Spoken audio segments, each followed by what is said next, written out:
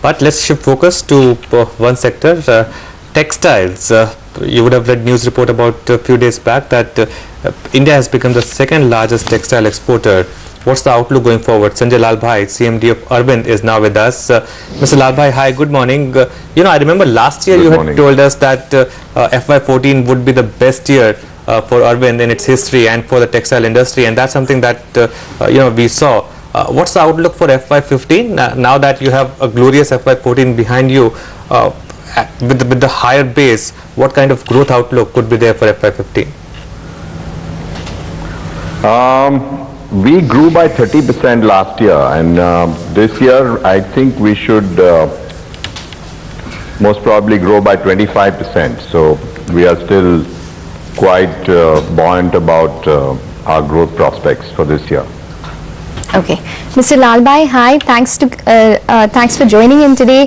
Wanted to focus on how the exports are doing for the company at this point in time. What did you do in terms of total export growth in FY14, and what are you envisaging in FY15? See, our exports are growing at around 20-25%. The top line is growing at 30%. So exports are growing pretty well. This year also we are planning that our exports should grow by 25%. And this is constrained by the capacity. So, I mean, we are running at 100% capacity, so we can't grow any faster than this. So these are the kind of numbers we are expecting to achieve this year. Mr. Lalbhai, last year, of course, the big factor was rupee depreciation. That really made Indian textiles very competitive. Since then, we have seen some appreciation in the currency. At 59.60, does the Indian textile industry still remain quite competitive? And at what level would you say that there could be some problems in terms of competitiveness if the currency gains further? See, the competitive framework has completely changed, as I have been saying over the last year, that China is dominating the world textile trade. They have an export of $276 billion against our number of 40 billion, which was published in that newspaper report. So we have become the second largest, but there is a huge gap between China and India. And China continues to grow at 13.5% in their exports. Even though their costs have gone up, the labor costs have tripled over the last 10 years, and their currency has appreciated. This is happening because there is no scale in any other country. Even if you really see that Indian garments have done very well, but in India there is no garment business with scale. So unless we can build businesses with scale, we'll not be able to migrate the business from China. So at 58, 60, we are very competitive because we have to also see at what has happened to the Chinese currency. So it is a comparative kind of, framework which we'll have to look at. And looking at the kind of macroeconomic factors, we are poised for a very, very, encouraging kind of impetus in our business because we are very competitive. China is becoming expensive, but it's a question of achieving scale and being able to achieve scale because of labor issues, infrastructure. So these are the kind of issues we'll have to tackle. And if we can, then I think there is no issue as far as our competitive framework is concerned. 55, 57, 58 should not really create a major issue. Okay. Mr. Lalbhai, that point is taken, but what about the domestic market? Because there is a lot spoken about the revival of the GDP in FY15 and FY16. So will you now also focus a large part of your energies in terms of the domestic market in order to capture a larger share of the domestic market? And if you could just take us through the place that Arvind holds within the domestic market at this point. See, we are the most dominant company vis-a-vis all the major brands in India. So we would have upwards of 50% market share in their kind of consumption of fabrics.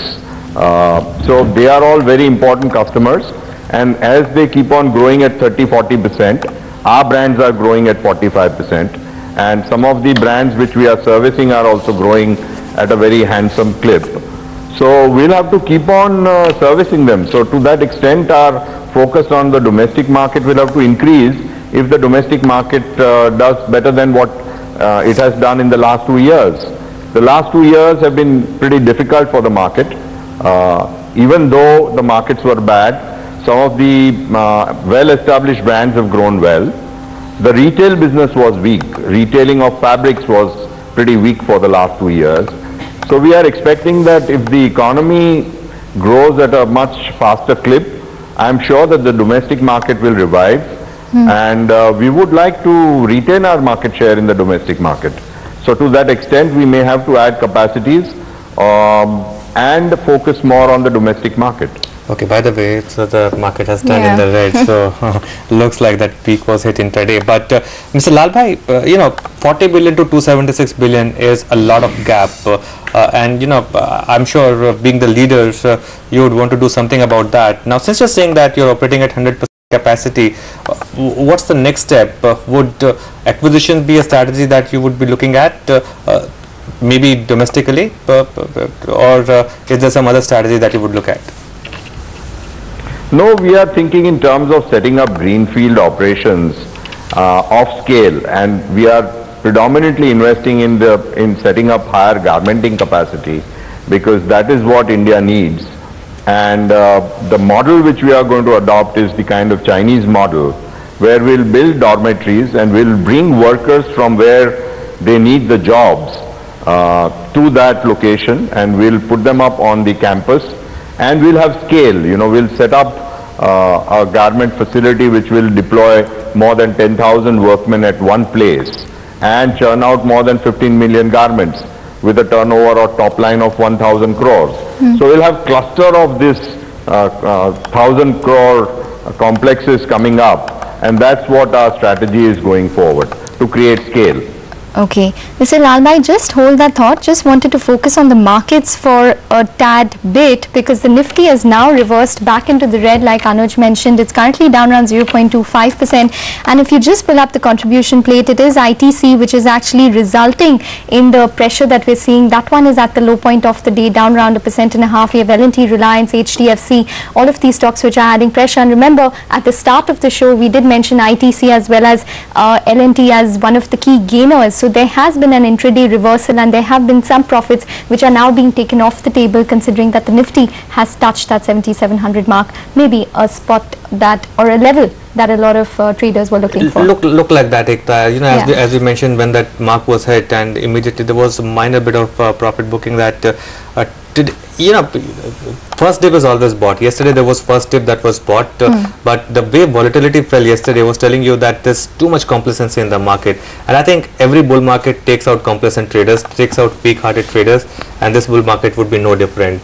Don't be surprised if starting yesterday maybe we start to now see 80-100 point swings intraday, which takes out some of the late entrants. That's par for the course. That is normal bull market correction. And it would be interesting to see the FII figure as well. But Mr. Lalbhai, just getting back to our conversation then, considering that you're looking at around 20 to 25% growth in the export market, and you surpassed your FY14 guidance as well, which was at 30% versus what you had earlier guided, can you just give us a sense in terms of your total revenue growth for the entire fiscal that you'd be envisaging at this point in time, along with the margin picture as well? No, as we have said that we are planning to grow at 25%, and we should be able to retain our margins. So that's broadly the kind of guidance which we have given, and we are confident that we should be able to achieve these numbers. Okay, and what would your plan on the balance sheet be then? The debt, as we last recall, was at around 2,400 crores. Would there be any plans to scale that down? Yes, see, we have decided that, we will only grow from free cash flows.